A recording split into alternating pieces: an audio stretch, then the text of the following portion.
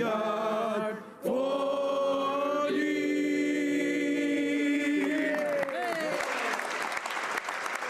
The doors be open, quand ouvre les portes.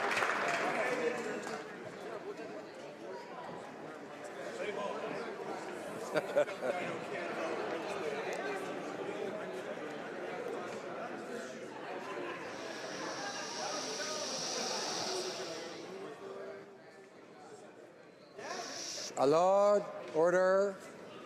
Statements by members. Déclaration des députés. Honorable député. Alors. Order. L'honorable député de Rivière-du-Nord. The Honourable Member for Rivière-du-Nord. Thank you, Mr. Speaker.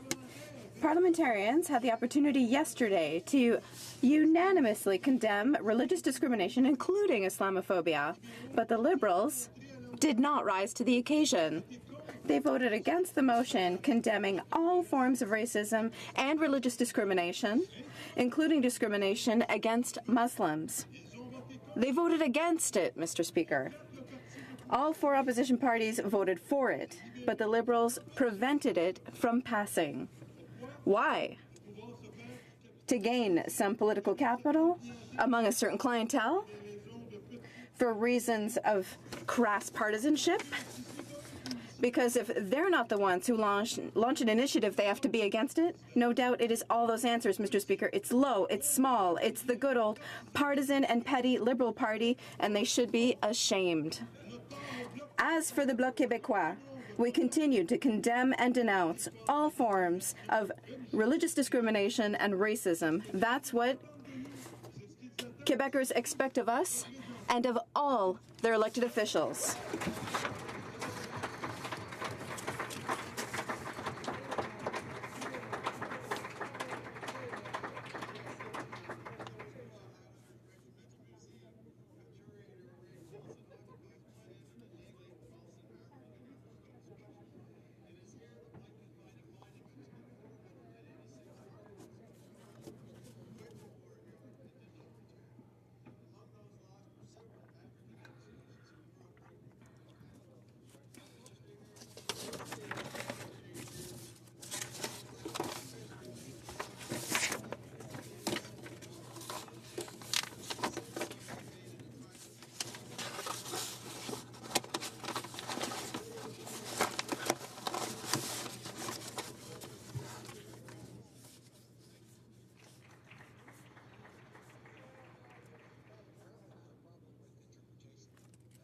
Interpretation of the English, so I'm speaking in English, and now it seems to be corrected.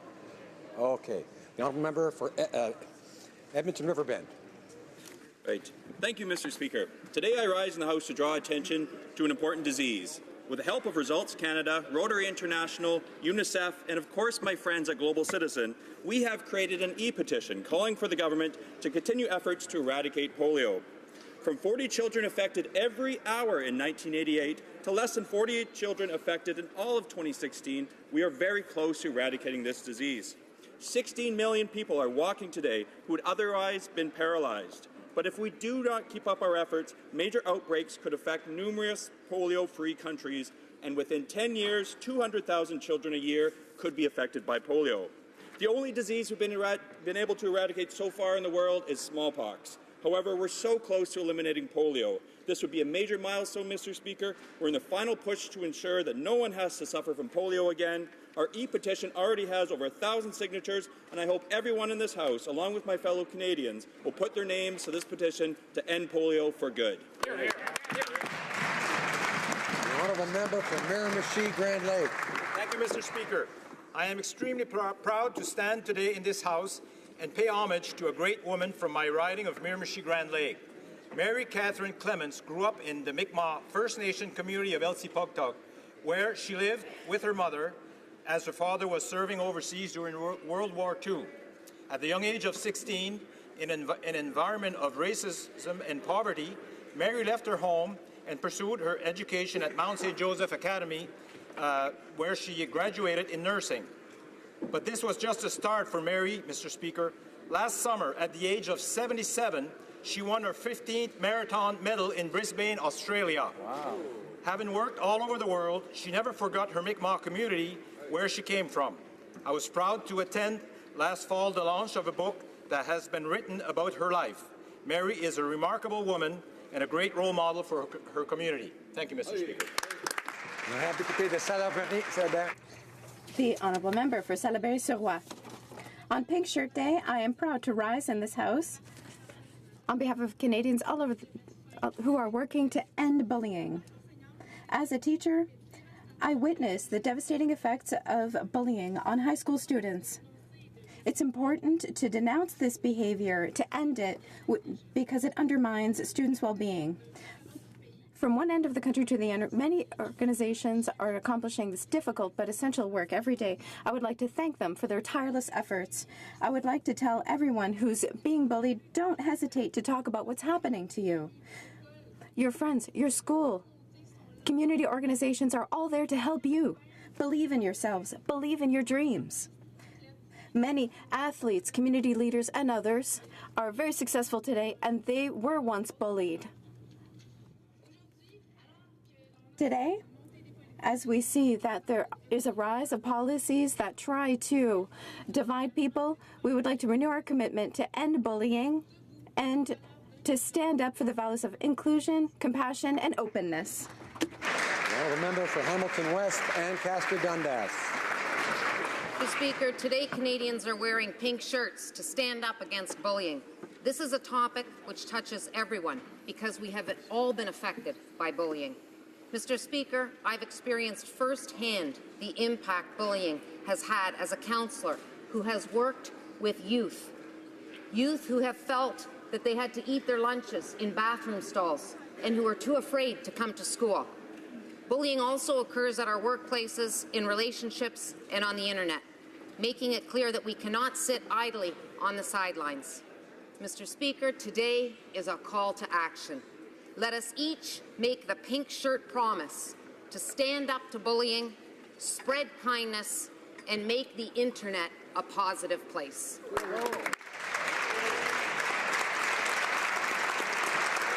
The Honourable Member for Dauphin, Swan River, Neepawa.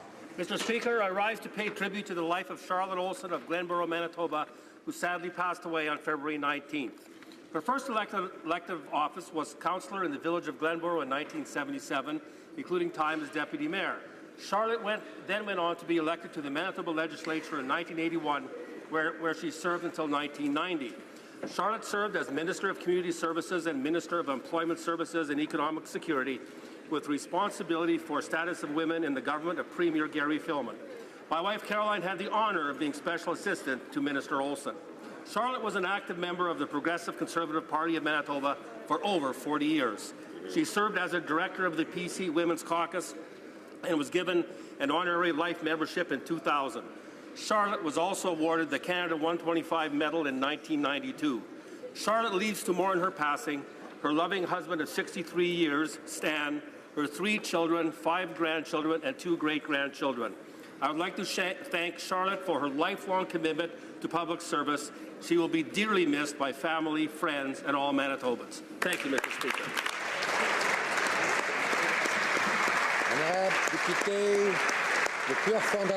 The Honourable Member for Pierrefonds-Dollard. Mr. Speaker, today is Founders' Day.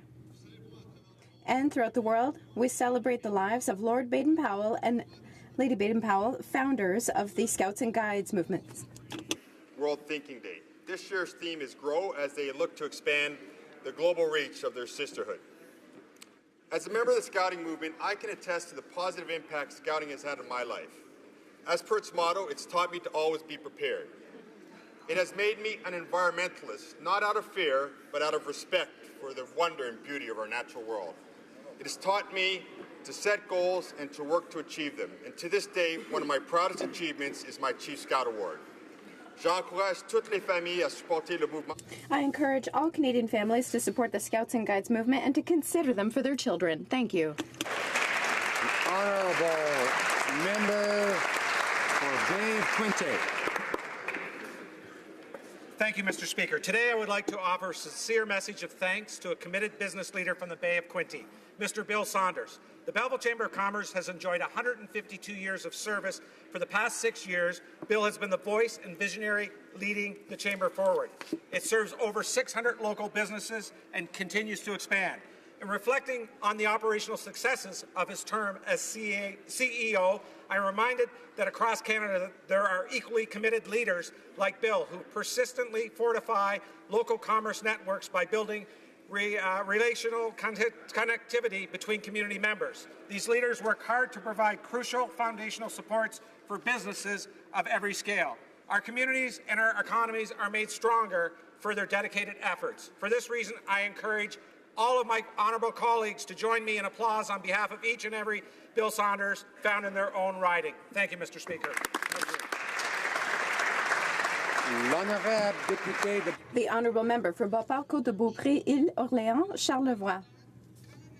Mr. Speaker, when illness strikes hard in a family, one feels the urgency to live. And when illness embeds itself in daily life, it's important to get back up, understand, and, above all, remain resilient. That is why today I wish to pay tribute to a remarkable woman, my mother. She was my friend, my guiding light, my pillar, the helping hand when storms raged in my life. She was part of all my fights. What she was for me, I now have to be for her. Because Alzheimer's disease has slipped into our daily lives like a stealer of souls. It is hard to see someone that we love deeply and to see them lose their memories. Even harder, to be ill-equipped in the face of this illness. Moments spent in her company are precious to me and sometimes painful. Becoming a caregiver is hardly restful, but so gratifying on a personal level. Thank you, Mom. I love you.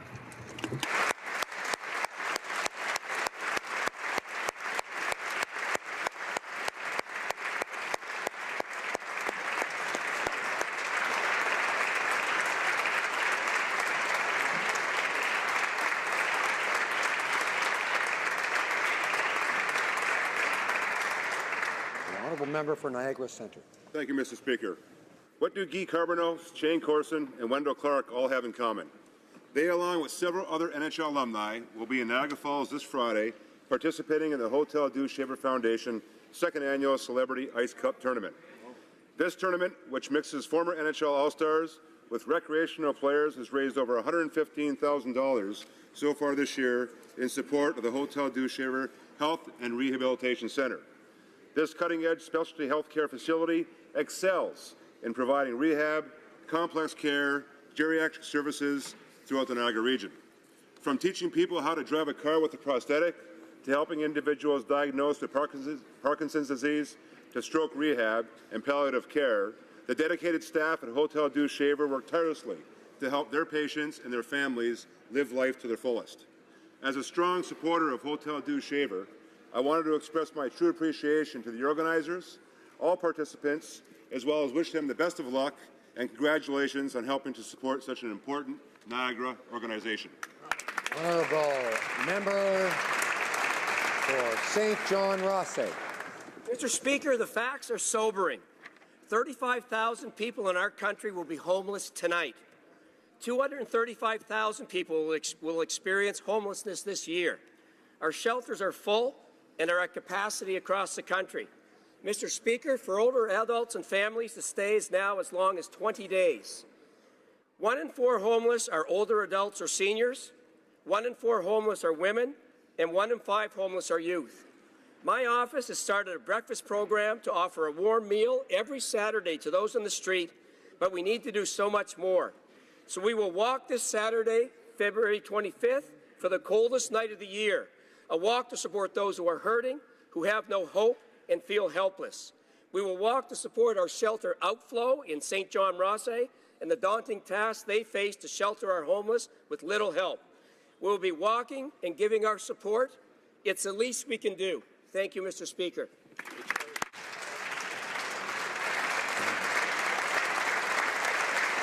The Honourable Member for Barrie Innisfil. Mr. Speaker, today the Canadian Taxpayers Federation handed out their annual Teddy Awards for Government Waste, and the Canada Revenue Agency took home the top federal prize for subsidizing the sale of a home that costs about $3.4 million. There was also a strong showing from Public Services and Procurement Canada, who was nominated twice for the rollout of the Phoenix payroll system and for wasting money on office renovations for the Minister of Infrastructure and Status of Women. But, Mr. Speaker, the big winner today was the Ontario Liberals. Not only did they win in the tough provincial category for subsidizing Tesla electric vehicles, which retail at about $135,000, they also took home the Lifetime Achievement Award for their complete and utter bungling of the energy file. However, there's hope for the federal Liberals, Mr. Speaker. Now that Jerry Butts has come to Ottawa, you're well on your way to winning your fair share of these waste awards.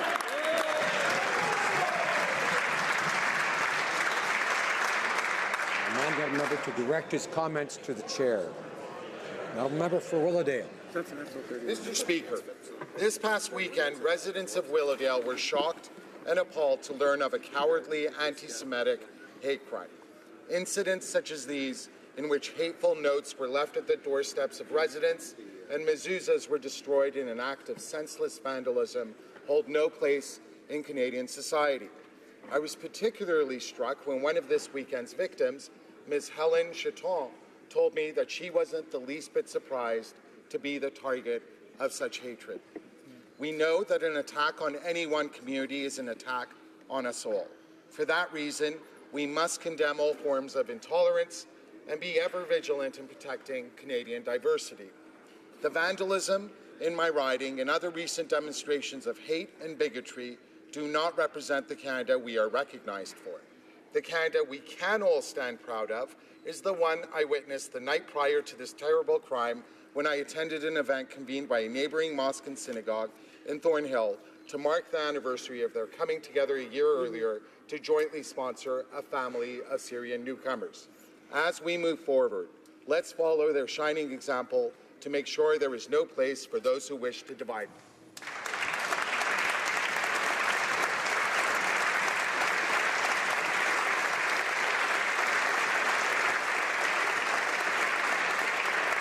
Member for Victoria.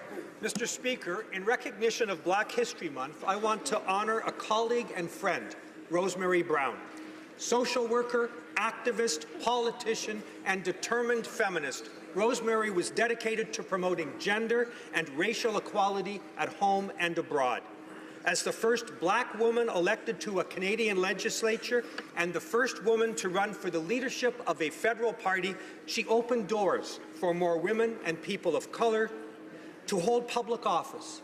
As an MLA in British Columbia, she worked to eliminate sexism from school textbooks, to end discrimination on the basis of age and marital status, and to increase the number of women on public boards. Rosemary was the CEO of the Match International Women's Fund, Chief Commissioner of the Ontario Human Rights Commission, and a recipient of the Order of Canada. Rosemary Brown dedicated her life to public service and to the belief, as she said, that until all of us have made it, none of us have made it.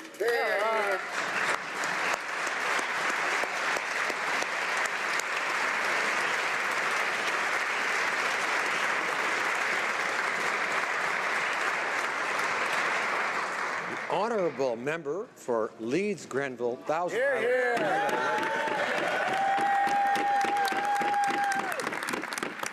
Mr. Speaker, last Thursday night, the Liberal and Conservative hockey teams faced off in a battle to raise money for the Terry Fox Foundation and for the HoC Cloutier Trophy in a spirited affair that determined Canadian parliamentary hockey supremacy. Hear, hear. Mr. Speaker, the game began with you, as you know, playing with the Tories.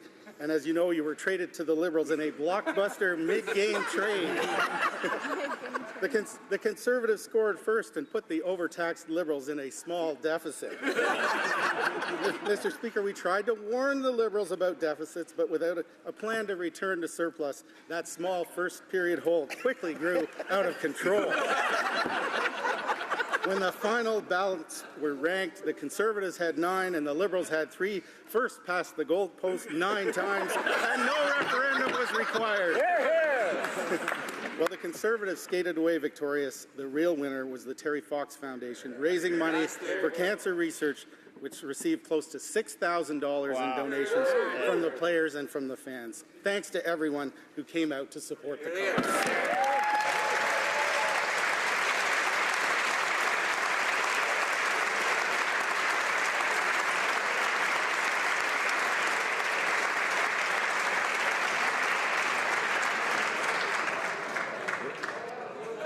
It was good fun. Jacket's back on now, folks. Honourable Member for Vimy. Mr. Speaker, today is Pink Shirt Day, an initiative that is intended to end bullying in all of its forms, regardless of one's age, regardless of where it happens. On this day, people wear a bright pink shirt to create public awareness about bullying in our daily lives among children and among adults. Bullying is never acceptable, and its consequences on one's life and self-esteem can be serious. We are all capable of being kind, of being compassionate, and of being altruistic. As the slogan for Pink Shirt Day says, being nice is always a choice worth making. Let's spread this message, and let's all work towards a world without any bullying. Thank you, Mr. Speaker.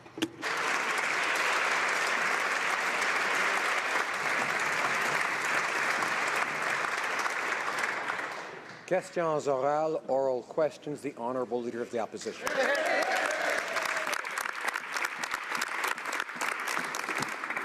Mr. Speaker, Canadians were surprised to wake up this morning to news that the Prime Minister has sold part of our healthcare system to China.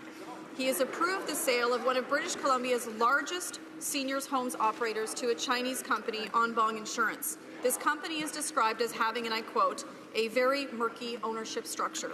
So, Mr. Speaker, can the Prime Minister please tell us exactly who owns Onbong Insurance? Right, Honourable Prime Minister. Mr. Speaker, Canada is a trading nation that relies on engagement with countries around the world to create good jobs in Canada, to create economic growth. We have a policy that allows us to draw in global investment to create jobs and opportunities for Canadians, while at the same time ensuring that it is in Canadians' benefit, in the benefit of our country, that we move forward in a thoughtful, responsible way. That's exactly what we did in this case. The Honourable Leader of the Opposition. Mr. Speaker, it's shocking that the Prime Minister would agree to sell a Canadian healthcare facility to China without doing the due diligence. Last fall, several Wall Street firms, including Morgan Stanley, refused to work with Onbong Insurance because they couldn't get any information on structure and ownership. So, Mr. Speaker, with so many questions surrounding this company, how could the Prime Minister say yes to this Chinese takeover, and how many more of these deals is he going to make with China? Right, Honourable Prime Minister. Mr. Speaker, our government continues to be open to investments that create middle-class jobs, economic growth, and long-term prosperity for Canadians. Cedar Tree has committed, it's confirmed a strong commitment to the ongoing quality of operations of the Canadian retirement residences and to its health care workers. They will remain subject to provincial oversight on seniors' care facilities, ensuring the rules for the care of seniors continue to be followed, and will keep the current number of full and part-time jobs. Honourable Leader of the Opposition. Mr. Speaker, yesterday I asked the Prime Minister to ensure Canadians that he will not eliminate consecutive prison terms. Our party felt that all victims and families deserve to have these life sentences for each murder. Doesn't the Prime Minister agree that these murderers should get a life sentence for every life they've taken? The Right Honourable Prime Minister, the responsibility of every government is to protect citizens, provide justice for victims, and respect the Charter. That's exactly what I asked our Minister of Justice to do by reviewing our criminal code, and we will do exactly that. Of course, by ensuring the independence of the judiciary. The Honourable Leader of the Opposition. And their 5-year-old grandson, Nathan, were brutally murdered by Douglas Garland. But because of consecutive sentences, he will spend the rest of his life in jail with no chance of parole. While nothing can fix fix what happened to that family, at least they can take some comfort in knowing that they will not be re-victimized. Does the Prime Minister agree with the sentence that Douglas Garland received? Yes or no? Honourable Prime Minister. Mr. Speaker, our government supports the work of our judges and our judiciary. We know that we need, as a government, to make sure that we're protecting the safety of our citizens, getting justice for victims, and indeed respecting our Charter of Rights and Freedoms. That's exactly what our Minister of Justice is committed to doing as we look over the criminal code and make improvements to make sure that we are protecting the victims, protecting Canadians, and respecting our Charter. The Honourable Leader of the Opposition. Mr. Speaker, Canadians are paying more and getting less. The Liberals are hiking taxes and adding debt. And for what? Canadians were promised a stronger economy and better jobs, but a lot of the new jobs created are not better jobs. Only 1 in 5 jobs created have been full-time. And last year, the economy grew slower than it did under the previous government. So, Mr. Speaker, all this spending and taxes is hurting the middle class and those who are looking to join it. So how's the Prime Minister going to fix this? The Right Honourable Prime Minister. Mr. Speaker, this government has remained focused on the middle class and those working hard to join it. We lowered taxes on the middle class by raising them on the wealthiest 1%. We brought in a Canada Child benefit that gives more money to 9 out of 10 Canadian families, which will help the families with the cost of groceries, of school supplies, of raising their kids, by not helping millionaire families with child benefits like the previous government did. On top of that, we'll be reducing child poverty by 40% with the CCB. This is the kind of focus we have on creating jobs and opportunity and help for the middle class and those working hard to join it. The Honourable Member for Vancouver East. Yesterday, the Minister of Immigration was asked about the American treatment of refugees, and he said, quote, "Nothing has changed." Nothing has changed, really?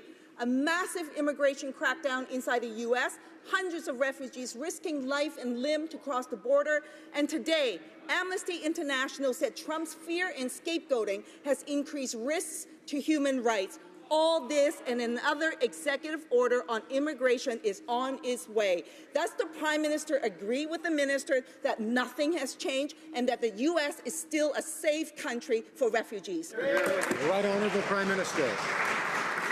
Canadians expect our government to do two things in regards to the United States and indeed the world.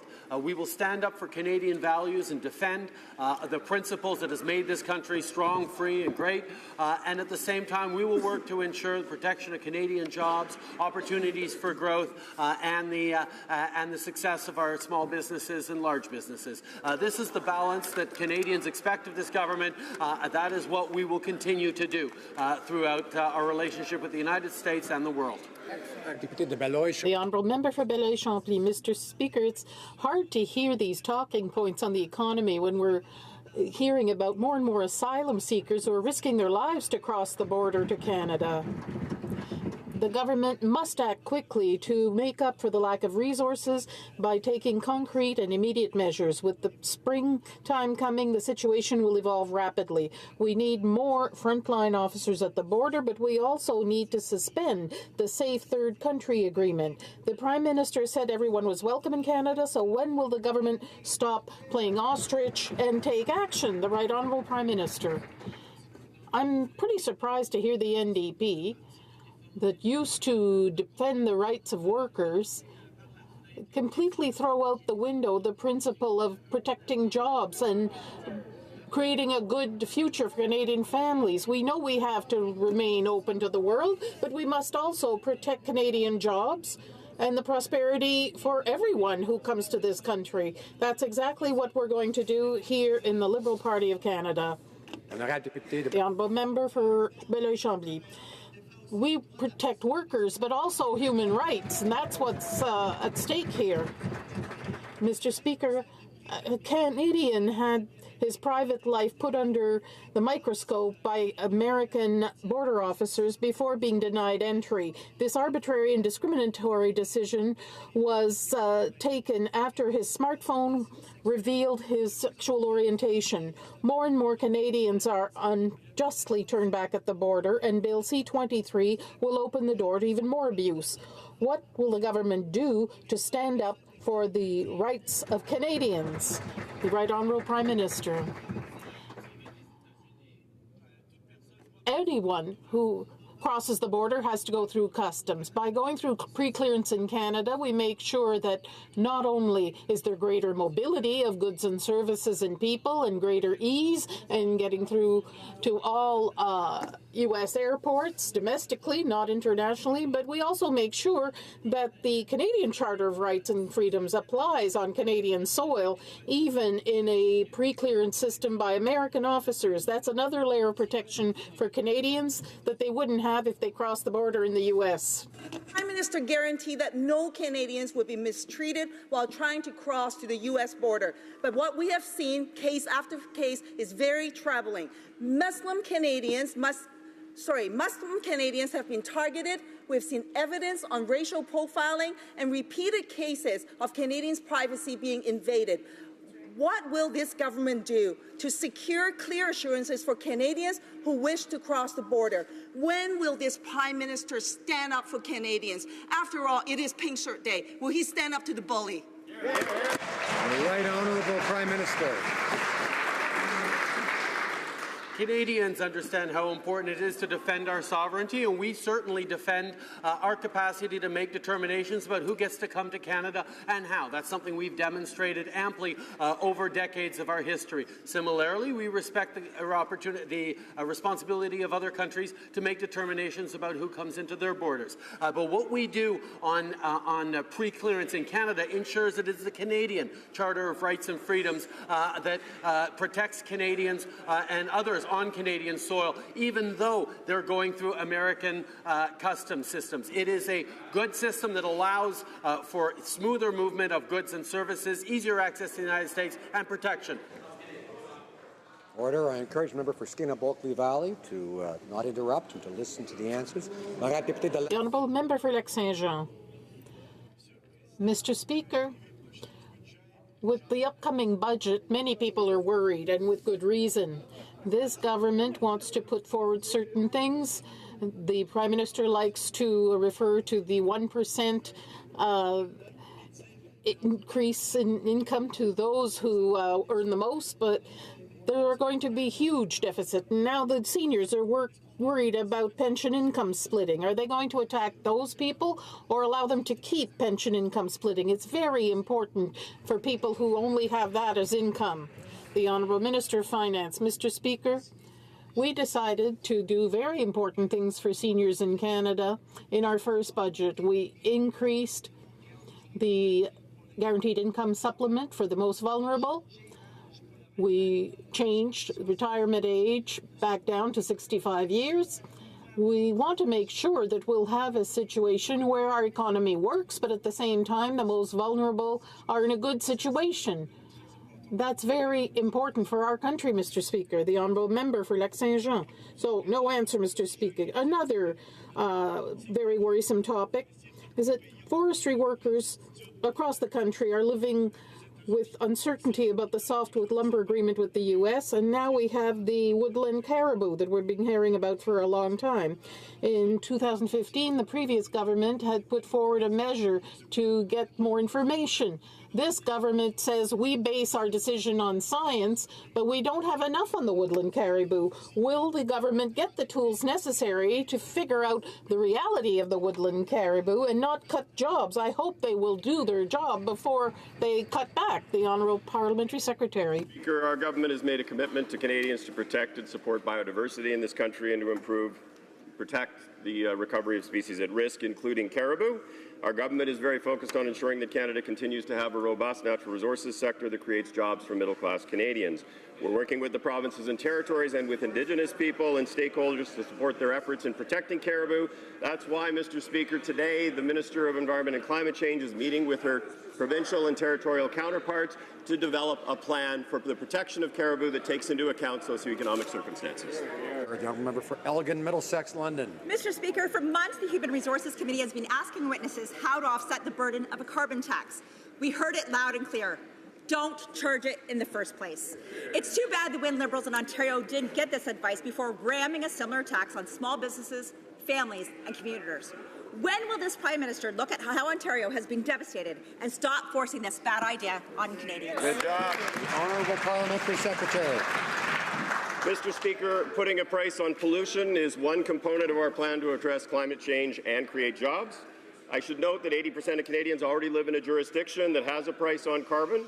This is due to the leadership shown by the provinces, given the complete lack of action on the climate file that happened over the previous 10 years under the previous government. Pricing pollution has been endorsed by economists, by leading Canadian businesses, and indeed by leading Conservatives, including Preston Manning, Patrick Brown, Mark Cameron, and a number of MPs on that side of the House. The federal-provincial agreement on the Pan-Canadian framework contains a number of measures, including pricing of pollution, that will effectively address climate change and create good middle-class jobs. Order. I know the member for Calgary Signal Hill is going to want to hear the answers as well as the question. The honourable member for Barrie Innisfil. Well, Mr. Speaker, heat or eat, that was the issue raised at a recent meeting of the Barrie chapter of the Canadian Association of Retired People. And the sad reality is many in Ontario, especially Ontario seniors, are facing this choice because of the failed green energy policy of Kathleen Wynne and the Ontario Liberals. And now with Wynne's friends running the Prime Minister's office, Ontario seniors will have to pay a federal Liberal carbon tax on things like home heating and electricity, driving the cost of everything even higher, Mr. Speaker. Why do Liberals force seniors to make a choice between heating their homes and eating? Honourable Minister of Social Development. Thank you, Mr. Speaker. I'm delighted to be able to take this opportunity to remind all members of this House of the very important agenda we have around supporting seniors. We have moved to 65 years old, the age of eligibility to old age security, which is going, Mr. Speaker, to prevent 100,000 vulnerable seniors into falling into severe poverty. We have increased the guaranteed income supplement by up to $1,000. That is going to benefit almost 1 million seniors and taking 13,000 of them out of poverty, Mr. Speaker. This is a clear signal of our long-standing agenda, long-term. The honourable member for Louis Saint Laurent. Thank you, Mr. Speaker. Mr. Speaker, we know that the government borrows a lot of money to have projects to please their Liberal friends, but they forget that all this borrowed money has to be reimbursed someday, and that's the bill we're sending our children and grandchildren. In the meantime, the Liberal government increases taxes on Canadian workers. The result is that families, entrepreneurs, students are paying more taxes today than they did 2 years ago. Can the Minister of Finance make a commitment a few weeks before the budget not to increase all these taxes on Canadians? The Honourable Minister of Finance. Mr. Speaker, the results are very clear. We have reduced taxes for the middle class. That's a reality.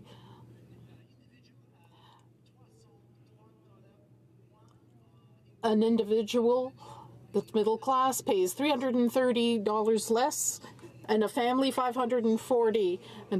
9 out of 10 families get the Canada Child Credit. $2,300 more this year. There's more money for the middle class, more money for the most vulnerable, and we will continue with this program to help them. The honourable member for Louis Saint Laurent. Mr. Speaker, changes to the tax system benefited those who have the most money in their pockets. Those who earned $44,000 had no gains. About $2.50 per week for those earning $66,000. But those who earn $199,000 a year won the jackpot. That's the reality of the Liberal Party. Could the federal government finally give Canadians the real details and tell them they will not have to pay more taxes in the next budget? The Honourable Minister of Finance. Mr. Speaker, the truth is very clear. For 9 families out of 10 with children, the situation is much better. They have up to $5,400 more a year. If it's a woman with 1 child with a $30,000 income, for instance. $2,300 more on average than last year. So there's a big change there. And then a reduction in income tax. That will continue to be our program. We want to improve the situation of the middle class and the most vulnerable. A new research report states the benefits touted in CETA are based on flawed, unrealistic economic models. It concludes that CETA will result in 23,000 jobs lost in Canada and increased inequality. Mr. Speaker, the NDP have been saying this all along. The Prime Minister himself admits these realities exist. but only in Europe before a sea of tuxedos and ball gowns. So again, I ask, does the government have a plan to address the job losses and increased inequality that will be generated in Canada by CETA?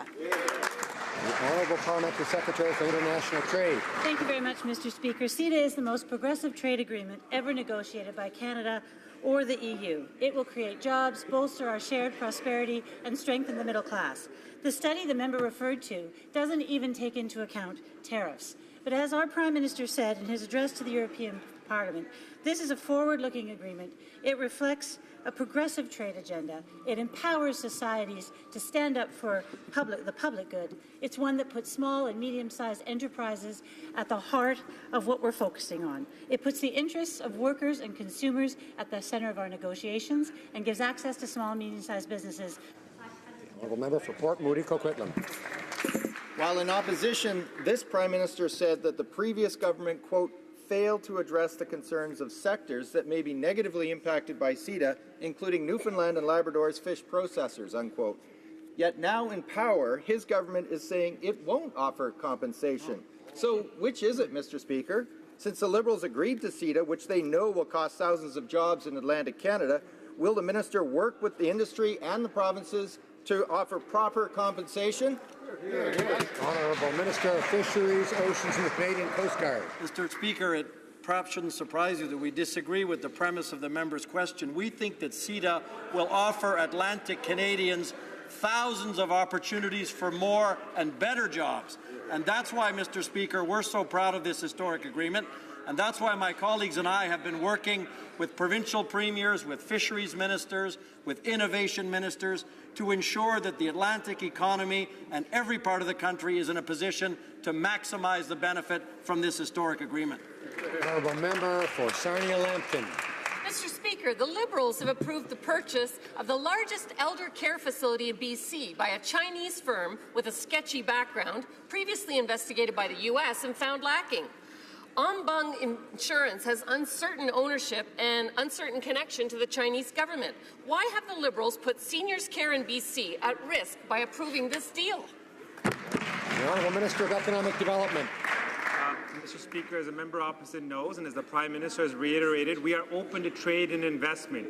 And under the Investment Canada Act, we did a thorough review and we looked at what was in the overall net economic benefit for Canada. And based on that, we were able to obtain commitments with regards to job levels with this transaction, with regards to the expansion of facilities and financing that.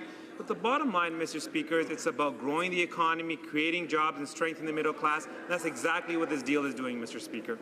Honourable Member for Kamloops, Thompson, Caribou. Mr. Speaker, the rules state that the Prime Minister must not discuss government business at Liberal Party fundraisers. But on November 7th, the host of that event said that he did just that. He proudly told the Globe and Mail that he discussed the need for Chinese investments in Canadian seniors' home with the Prime Minister. The review process has been fast-tracked by the Innovation Minister and the sale is improved. So what we would like to hear is, was this issue actually discussed at this fundraiser? Canadians deserve to know. Honourable Government House Leader. Speaker, let's be clear that the Lobbying Commissioner looks at the activity of lobbyists. With respect to previous fundraising activity, the Conflict of Interest and Ethics Commissioner has said that the rules were broken. That being said, we recognize that we can do more, and that's why the Minister of Democratic Institutions will introduce new legislation to make political fundraising even more open and more transparent. Thank you, Mr. Speaker. Order. The Honourable Member for Kamloops, Thompson, Caribou. Mr. Speaker, it should be no surprise that this transaction was approved with one of the BC's biggest retirement home sales, including locations in Kamloops, British Columbia. This was just 3 months after a Chinese lobbyist bought access to him at a cozy fundraiser. You know, the U.S. realized that this was a murky deal with cloudy ownership. My question for the Prime Minister is, was this approval bought? Honourable Government House Leader. Mr. Speaker, it's important to be clear that when it comes to the previous fundraising activity, the Conflict of Interest and Ethics Commissioner has said that no rules were broken. That being said, we recognize that more can be done, and that's why the Minister of Democratic Institutions will introduce new legislation to make political fundraising more open and more transparent. Thank you, Mr. Speaker. Order. Most members in all parties are able to sit through question period and hear the questions and the answers without responding. I think members should have faith in the ability of the public at home to judge the quality of one or the other.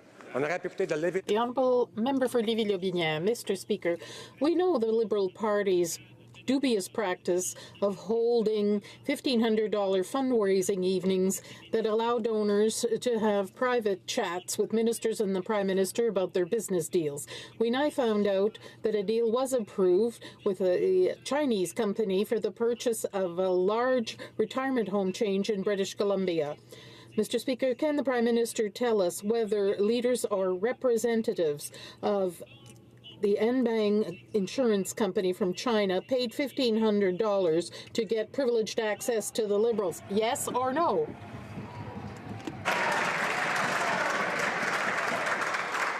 The Honourable Minister of Economic Development. Mr. Speaker, I'd like to remind the member opposite that this particular transaction is subject to the provisions under the Investment Canada Act. That's the act that I am responsible for as the Minister of Innovation, Science and Economic Development. We make sure we do a thorough analysis, and any decision we make is in the overall net economic benefit of all Canadians. We looked at the transaction, Mr. Speaker. We made sure that the employment levels were significant. We looked at, with respect to the opportunities of the economy and expansion opportunities for the retirement facility. The bottom line, Mr. Speaker, is we did a thorough analysis. We made sure it was under the Investment Act. The Honourable Member for Laurier-Sainte-Marie. Mr. Speaker, Canada is preparing to deport a 60-year-old woman, Ms. Azizi, of Iranian origin, who fought for human rights when she lived in Iran. The government claims that there's no risk in sending her back to her country of origin, but we know how the Iranian authorities treat their opponents. In fact, Ms. Azizi's husband himself was executed by those same authorities. So will the Minister of Immigration and the Minister of Public Safety commit to studying this case immediately? Thank you very much. Honourable Minister of Immigration. Thank the Honourable Member for raising the question. I'm familiar with the matter, but as the Honourable Member can appreciate, I am not allowed by federal privacy laws to comment on specific cases. Thank you. The Honourable Member for Trois-Rivières. Mr. Speaker, this weekend I was with my colleague from Berthier-Masquis-Nangers asking the Minister of Transport to support the citizens of Mascouche who are angry about the lack of attention the Minister is giving them. There are aerodromes being built without public consultation with other levels of government, and without social license, and this is shameful. Why, despite the opposition of the local population, the opposition of municipalities and the Quebec government, is the minister putting the interests of private developers before those of the population? The Honourable Minister of Transport. Mr. Speaker, as you know, decisions related to aerodromes are provincial jurisdiction, but I would reassure my colleague that we are consulting on this. This is part of our decision-making process. First of all, we need to ensure that the aerodrome will be safe, and secondly, we want to see if it's in the public interest. I made a ministerial decree last March, and I encouraged the same process for the Saint-Hubert airport. So we are following the process and we are consulting before making a decision. Thank you. The Honourable Member for Chicoutimi-Le-Fier. Mr. Speaker, the Canadian forestry industry is important for our communities, and people across Canada depend on it for good jobs. Can the Minister of Natural Resources tell this House how the government is working with the provinces to maintain the vitality and resilience of this sector? The Honourable Minister. Mr. Speaker, I'd like to thank the member for Chicoutimi-Le-Fier for his excellent question. We have worked intensively with the provinces and with the softwood lumber industry. The trade agreement in this area is a priority for our government. Today, I am announcing the implementation of a federal working group on softwood lumber. We are meeting the challenges that workers and their families are facing. Surrey White-Rock. Well, thank you very much, Mr. Speaker. Yesterday, the Parliamentary Budget Officer reinforced that the Liberals have failed to be transparent to get infrastructure built across Canada, and that smaller communities are being shut out. The Liberals are now funneling $15 billion away from community infrastructure to fund their new bank, a bank which will have no transparency. Will Liberals stop this wrong-headed plan and return the $15 billion to communities who need it the most? Honourable Minister of Infrastructure and Communities. Mr. Speaker, we are proud of doubling our infrastructure investments. Out of the $180 billion we will invest, only 8% will be flown through the bank, and we will leverage that money to engage the private sector to build more infrastructure that our communities need in order to close that gap that the previous government has left through their inaction for the last decade. Thank you, Mr. Speaker. Order. The Honourable Member for Richmond Arthabaska. Well, I don't think she'd have so much to say about that if she had spoken to the Parliamentary Budget Officer, who confirmed yesterday that he would not be able to analyse the new infrastructure bank. It's not surprising to see a Liberal project lacking transparency, but this only increases our distrust in the Liberals, who would rather invent new bureaucratic structures for their friends rather than approving projects that will create jobs across Canada. Mr. Speaker, does the Minister still intend to set up the bank, or will they finally approve all of these projects in small and medium-sized municipalities who are waiting for these approvals? Honourable Minister, Infrastructure and Communities. Mr. Speaker, we have approved 1,300 projects since taken over, and 50% of those projects are in communities with less than 100,000 population. Out of those 1,300 projects, based on the information provided to us by our partners, provinces and municipalities, 60% of those projects are currently underway, creating opportunities for Canadians from coast to coast to coast. We are proud of what we are doing in partnership with and delivering the infrastructure commitments that we made to Canadians. Thank you, Mr. Speaker. The Honourable Member for Thornhill. Mr. Speaker, we know the Prime Minister broke with standard diplomatic process by announcing Stéphane Dion's dual diplomatic assignments to Europe before consulting the intended hosts. And while dual responsibilities do occur occasionally, the Berlin and Brussels postings are among the most important relationships Canada has to manage.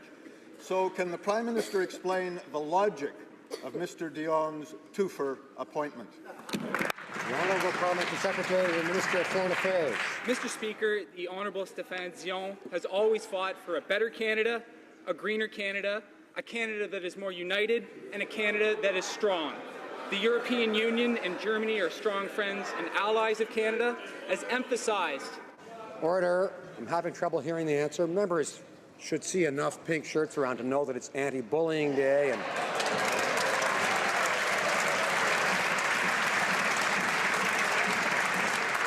order. And certainly interrupting and yelling is a form of aggression and bullying, so let's not have it here. The Honourable Parliamentary Secretary. Mr. Speaker, as I was saying, our relationship with Germany and the European Union was evident in the Prime Minister's visit last week, and we know that Mr. Dion is extremely competent, talented, and progressive, and that Canadians can be assured that he will fiercely represent Canada and strengthen our relationship with both Germany and the European Union. For Thornhill. Well, Mr. Speaker, I can tell you that many of Canada's foreign service professionals, past and present, are highly critical of the mixed message the dual appointment sends to Germany and the EU. A former Canadian High Commissioner to the United Kingdom, also a former ambassador to the EU, says, "We look like amateur hour." Another former diplomat, also on the public record, says it will be impossible to do justice to both the EU and Germany with one ambassador. So, Mr. Speaker, again, can the Prime Minister explain what message he's sending to our important allies with this bizarre appointment? The Parliamentary Secretary.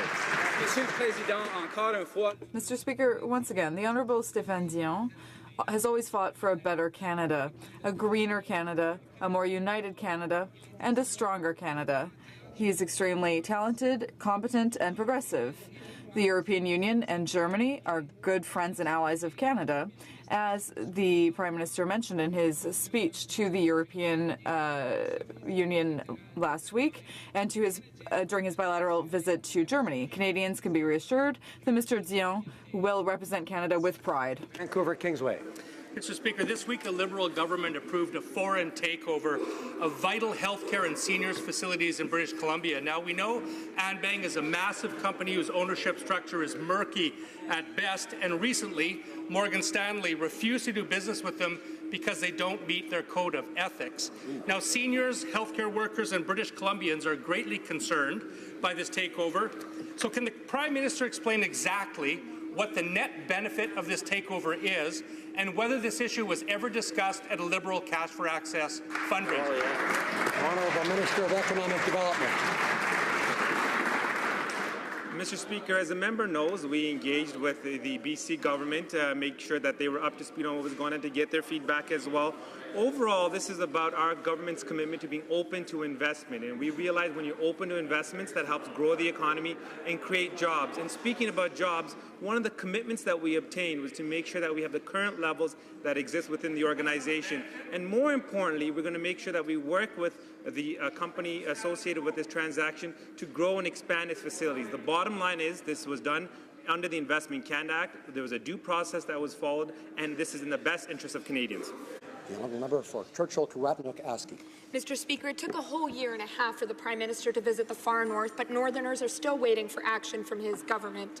This week, Northern leaders are meeting to discuss and develop a plan for the future of the Port of Churchill. They want the federal government to step in and nationalize the port and work with First Nations and local partners to take it forward. But first, we need the government to stand up to the American billionaire who's holding us hostage. So when will the government show leadership, step in, stand up for Canadian jobs, and save the port and the community of Churchill? Honourable Minister.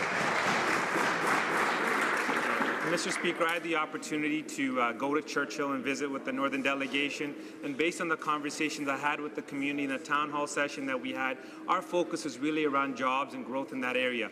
That is why, under the Western Economic Diversification Fund, we committed to $4.6 million, and these funds are allowing opportunities for people within that region to find opportunities for good jobs, particularly around Arctic research and tourism. We've approved a few projects, Mr. Speaker. It's about jobs, it's about supporting that region, and we're committed to that particular initiative. For Calgary, Nose Hill. Mr. Speaker, we know that the Liberal decision to arbitrarily lift the visa requirement for Mexico will cost Canadian taxpayers at least $250 million. But what's worse is that government officials also advise the Liberals that lifting the visa requirement on Mexico could mean that travelers involved in organized crime, illegal drugs, or human trafficking could enter Canada with greater ease. Given that Mexico is a key origin point for drugs like cocaine, in lifting the visa requirement, are the Liberals charging Canadian taxpayers $250 million to put their safety at risk? Honourable Minister of Immigration. Mr. Speaker, our government is committed to rebuilding and strengthening the relationship with Mexico that was considerably damaged by that government. I can tell you that the Mexico visa lift has resulted in lasting economic benefits for Canada, more tourism, more international students coming to Canada. We work very, very closely with Mexican officials to address any risks, and we continue to make sure that we work closely with Mexico to ensure that the visa lift is a success. Honourable member for St. Albert, Edmonton. Mr. Speaker, last week, child killer and triple murderer Douglas Garland was sentenced to life in prison. And thanks to consecutive sentencing passed by the previous Conservative government, he won't be eligible for parole for 75 years. Now, since the Prime Minister won't, will the Minister of Justice assure Canadians that consecutive sentencing for multiple murderers will not be gutted by the Liberals' so-called criminal code review? Yes or no? Honourable Minister of Justice. Well, thank you, Mr. Speaker, and I I'm happy to answer this question and want to emphasize that egregious, heinous crimes are wrong and should be punished. In terms of the criminal code, it already imposes the highest mandatory sentence of life imprisonment for murder, and judges have the ability to exercise their discretion in imposing consecutive sentences. We recognize and applaud judges who undertake to impose, based on their discretion, based on the individual in front of them, the appropriate sentence for the appropriate crime. Honourable Member for Flamborough-Glanbrook. Thank you, Mr. Speaker. We'll try another question for the Justice Minister. Women and children are disproportionately the victims of human trafficking and are most commonly exploited for sex. Yet the Liberals introduced Bill C-38, removing the requirement for human trafficking sentences to be served consecutively. If the Prime Minister wants to have any credibility as a feminist, then he should start protecting the rights of human trafficking victims over the rights of perpetrators. Hear, hear. Why is he giving human traffickers a break and turning his back on their victims? Not right. Honourable Minister of Justice. Well, I appreciate the question, Mr. Speaker, because it gives me the opportunity to speak to Bill C-38, which we introduced. Our government is committed to combating human trafficking and better protecting victims of these crimes. We are going to ensure that this bill moves forward as expeditiously as possible, and the changes that we made with respect to the previous private member's bill 452 were to ensure that our bill is in compliance with the Charter. The Honourable Member for London North Centre. Thank you very much, Mr. Speaker. My community of London, Ontario is home to one of the largest Yazidi populations in Canada. Tous les députés de cette chambre. All members in this House agree that helping the most vulnerable people in the world is a proud Canadian tradition. And other survivors of Daesh who will be arriving in Canada, and the almost 400 who have already arrived, have been through severe physical and emotional trauma. Would the Minister of Immigration please update this House on efforts to help this vulnerable group adjusting to life in Canada? Honourable Minister. I want to thank, Mr. Speaker, the Honourable Member for London North Centre for that excellent question, and all the members of this House for their advocacy and leadership on this really important matter. Yazidi women and girls and other victims and survivors of Daesh have suffered the worst atrocities imaginable. We continue to work very closely with provinces, municipalities, and other government agencies, including school boards, to make sure that the right settlement supports are in place to meet their psychological and integration needs. I also want to take the opportunity to thank Nadia Murad, who I spoke to last night, for her tireless leadership, and we know that Canadians will never forget her leadership on this file. The Honourable Member for Banff-Irby. Mr. Speaker, another day, another way the Liberals are trying to overtax small businesses. When they announced new rules requiring Canadians to report the sale of their principal residence to the CRA, it turns out it was just the Liberals trying to sneak in another new tax grab on small business owners. Financial advisors are warning small business owners that this change will eliminate the capital gains exemption on the sale of their primary residence if they run a business from their home office. And the Liberal war on small business continues, Mr. Speaker. So will the Finance Minister commit today to reversing this attack on hard-working Canadian small business owners? The Honourable Minister of Finance. Mr. Speaker, we are committed to improving our economy, which will help small and medium-sized businesses to be successful. We know that making sure that people actually register their principal residence when they sell it means that people do pay their fair share of taxes if they are in fact required to pay taxes. We do know that in this country that people have the ability to sell their principal residence without taxes, assuming that they in fact have that as their principal residence. That is the law of the land, and that continues to be our position. The Honourable Member for Windsor-Tecumseh. Thank you, Mr. Speaker. New Democrats believe that any legislation resulting from this government's accessibility tour starts with the full implementation of the UN Convention on the Rights of Persons with Disabilities. The measures resulting from consultations must deliver more than voluntary standards and awareness-raising activities. It has to support implementation. Will this government do what it promised during the election and implement these important measures? Honourable Minister of Sport and Persons with Disabilities. Thank you, Mr. Speaker, and I thank my honourable colleague for her question and for her dedication to the accessibility file. Mr. Speaker, we are fully committed to implementing the UN Convention on the Rights of Persons with Disabilities, and that's why we were so excited to announce recently that our government, working with provincial and territorial governments, is working on possible accession to the optional protocol contained within the UN Convention.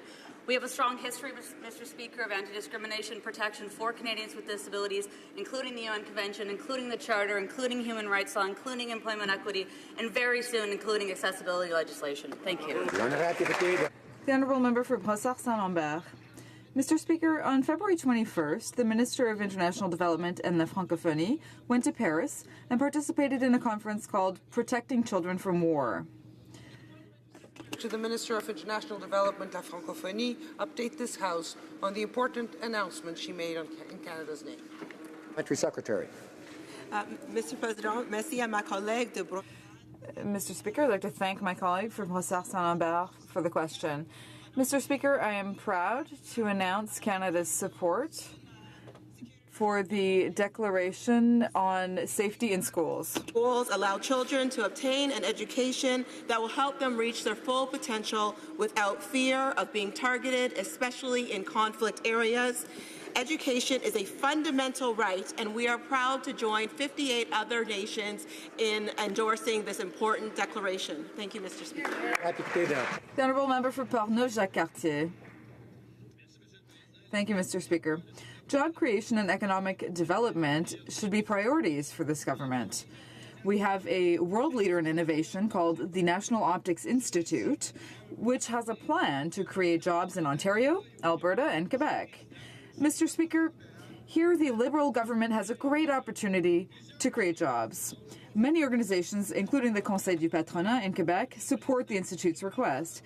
Will this government finally create wealth all across Canada and help support all of this wide range of new businesses? Développement économique.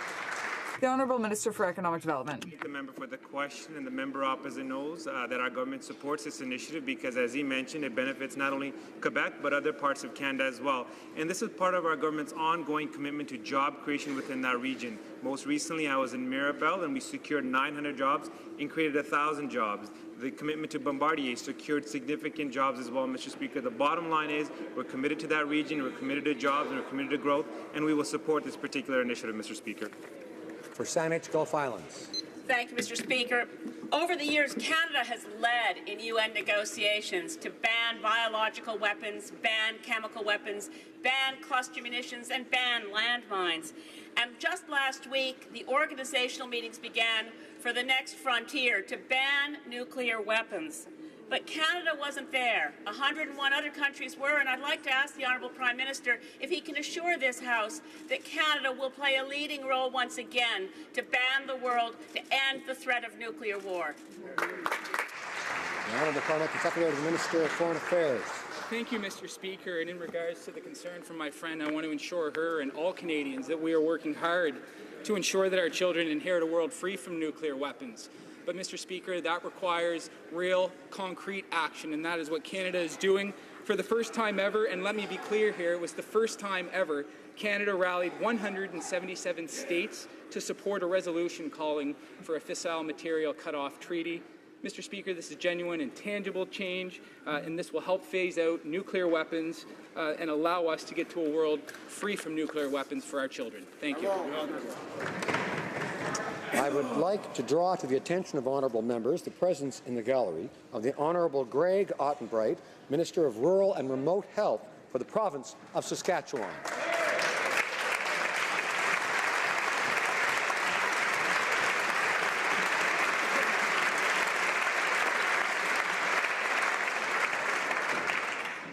Comme il est 15h12. As it is 3:12, the House will now move to deferred recorded votes on the third reading of Bill C-18. Summon the members.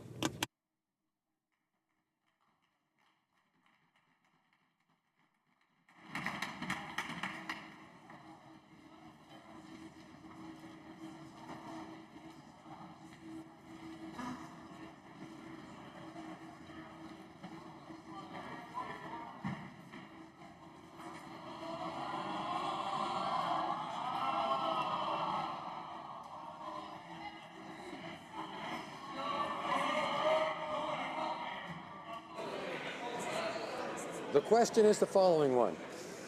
Ms. McKenna, seconded by Ms. Chager, moved that Bill C-18, an act to amend the Rouge National Urban Park Act, the Parks Canada Agency Act, and the Canada National Parks Act be now read a third time and do pass. All those in favor of the motion will please rise. Monsieur Trudeau. Monsieur Trudeau. Mr. Hare. Mr. Hare. Ms. Qualtrough. Ms. Qualtrough. Mr. Sajjan. Mr. Sajjan. Mrs. Philpott. Mrs. Philpott. Mr. Goodale. Mr. Goodale. Ms. Freeland. Ms. Freeland. Monsieur Leblanc. Monsieur Leblanc. Ms. Chager. Ms. Chager. Ms. Foote. Ms. Foote. Mr. Morneau. Mr. Morneau. Mr. Bryson. Mr. Bryson. Ms. Wilson-Raybould. Ms. Wilson-Raybould. Mr. Macaulay-Cardigan. Mr. Macaulay-Cardigan. Madame Le Boutillier. Madame Le Boutillier. Mr. Hussain. Mr. Hussain. Ms. McKenna. Ms. McKenna. Mr. Baines. Mr. Baines. Ms. Hyde. Ms. Hyde. Ms. Bennett. Ms. Bennett.